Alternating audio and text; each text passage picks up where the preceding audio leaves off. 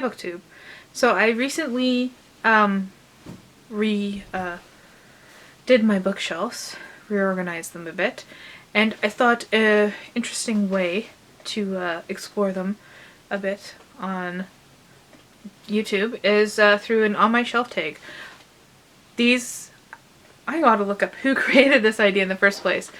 I don't know if they've been done in a while, but I enjoy them. Basically, you ask for a series of random numbers and you pull the corresponding book and you talk about that book. So yeah, I'm going to do that, except I'm going to use my Google Assistant to give me random numbers. So behind me I have 5 shelves and I have, just making sure there's no other, there are books in other places but no other shelves. So I'm calling it 6 shelves. Let's do that. So 6 bookcases. Each bookcase there is 1, 2, 3, 4, 5 shelves. And then we'll go 1 or 2, 1 being the books in front, 2 being the books behind. And then I'm gonna guess between 1 and 30, because there's books on each shelf. And if there's more than, if there's less than 30 and the number's 30, I'll just go back to the beginning, count again, and pull out that book. So I'm going to do it 3 times. And we're just going to ask Google for the first set of numbers. And I'm going to just record them on my phone. And when I say record, I mean I'm just going to text myself the numbers. So, hey Google, pick a number between 1 and 6. Random number 3. So 3rd shelf.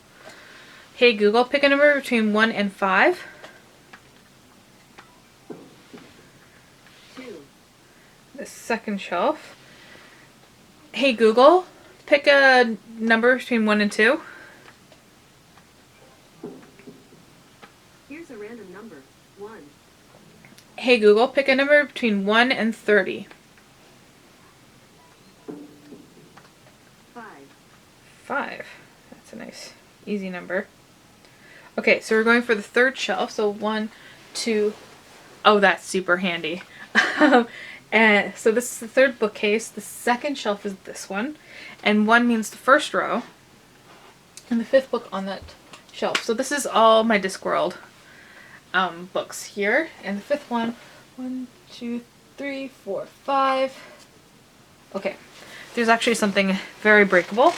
That set of numbers gave us Guards Guards by Terry Pratchett. This is this the first book in the Night Watch series? I think so.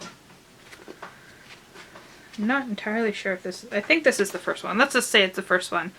So Discworld, if you don't know about Discworld, you should go out and read it. It is amazing. It is a 40 book long series. Don't let that intimidate you though, because there's certain books in the series that you can read without having read any of the other books. There are like different sub-series within it. It seems a lot more complicated than it is. It's not that complicated. You don't have to have read one series in order to read the next sub-series. Yeah, so Discworld, they're hilarious. Twists on fantasy novels. Guards Guards is about a series. Guards Guards is about the Night Watch, which is kind of like the police force in Discworld, which is the world. Ankh-Morpork is the name of the city, and we just follow them on their hijinks as there's a dragon on the loose, and certain magical powers are being experimented with that probably shouldn't be. And it's hilarious and awesome. I'm just going to pull out one of the tabs here from the beginning so I don't spoil you. Let's see here. Oh, here we go. Life is just chemicals. A drop here, a drip there, everything's changed. A mere dribble of fermented juices and suddenly you're going to live another few hours. Just like little snippets. I love Terry Pratchett and the Discworld series. And that's one of the books. So that was book 1. Let's go for a second one. So hey Google, pick a number between 1 and 6. Okay, so that is this bookshelf behind the camera. And there's only 3 shelves on that bookcase. So, hey Google, pick a number between 1 and 3. Here's a random number. 2. Shelf 2. Okay. Hey Google, pick a number between 1 and 2. 1. Okay, that's the books in the front. And I'm going to say 30 again. Hey Google, pick a number between 1 and 30. Here's a random number. 11. Okay, I'm going to go get that book. So I got the book from those coordinates. And the book is Night Falls Fast by Kay Redfield Jamison. This is about understanding suicide. I have not read this one. I actually have the other book by her too, An Unquiet Mind. It is her experience with bipolar disorder, I believe.